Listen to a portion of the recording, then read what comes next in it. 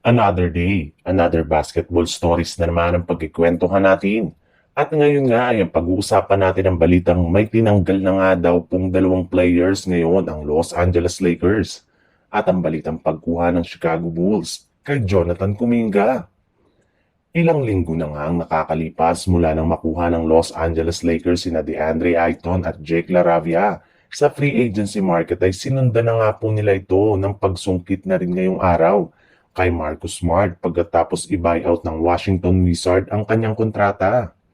At base pa nga sa kalalabas pa lang na balita ng isang NBA insider, mismong si Luka Doncic na nga daw po ang personal na nag-recruit at nakipag-usap kay Marcus Smart para sumali ito sa Los Angeles Lakers. Alam naman nga daw po ni Luka na malaki ang maitutulong nito sa kanilang team next season.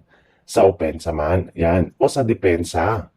Yes, bagamat man nga parati siyang nagtatamo ng injury ng mga nakalipas na taon, ay isa pa rin nga siya sa mga pinakamagaling na 3-and-D player ngayon sa NBA kung saan kaya nga nito na magtala ng malalaking numero at gumawa ng mga big shots sa kanilang mga laro. At ilang mga oras nga ang nakakalipas mula ng kunin ng Lakers si Marcus Smart, ay inanunsyo na nga ng isang NBA insider na plano na nga daw nilang tanggalin o i-waive ang kontrata ng kanilang mga players na sina Shake Milton at Jordan Goodwin. Sa ibang balita naman, ayon nga sa ikinumpirma ng mga insider mula sa Golden State Warriors, bagamat man nga gusto pa rin ng front office ng kanilang team na panatilihin at bigyan ng bagong kontrata si Jonathan Kuminga ngayong offseason, ay hindi na nga daw po ito mangyayari pa. Sa katunayan, mismong si Kuminga na nga ang nagsabi sa media na ayaw na nga daw niya na bumalik pa sa lineup ng Warriors ngayong offseason. Mas gusto na nga daw niya na lumipat na lamang ng ibang kupunan na makapagbibigay sa kanya ng mas malaking oportunidad na maipakita at mapa-improve ang kanyang tunay na laro. Hindi nga daw talaga nito nagustuhan ang paglilimita sa kanya last season ni Coach Steve Kerr.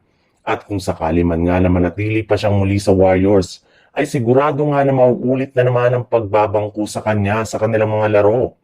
Kaya punepuwersa na nga po ngayon ang front office ng Golden State Warriors na i-trade na siya sa ibang kupunan sa lalong madaling panahon. Sa madaling salita, mukhang tuloy-tuloy na nga talaga ang pag-trade ng Golden State Warriors kay Jonathan Kuminga ngayong offseason. At isa nga sa mga team na interesado sa kanya ay ang Chicago Bulls kung gagamitin nga daw nito si Ayo Dosunmu para makuha si Kuminga sa Warriors.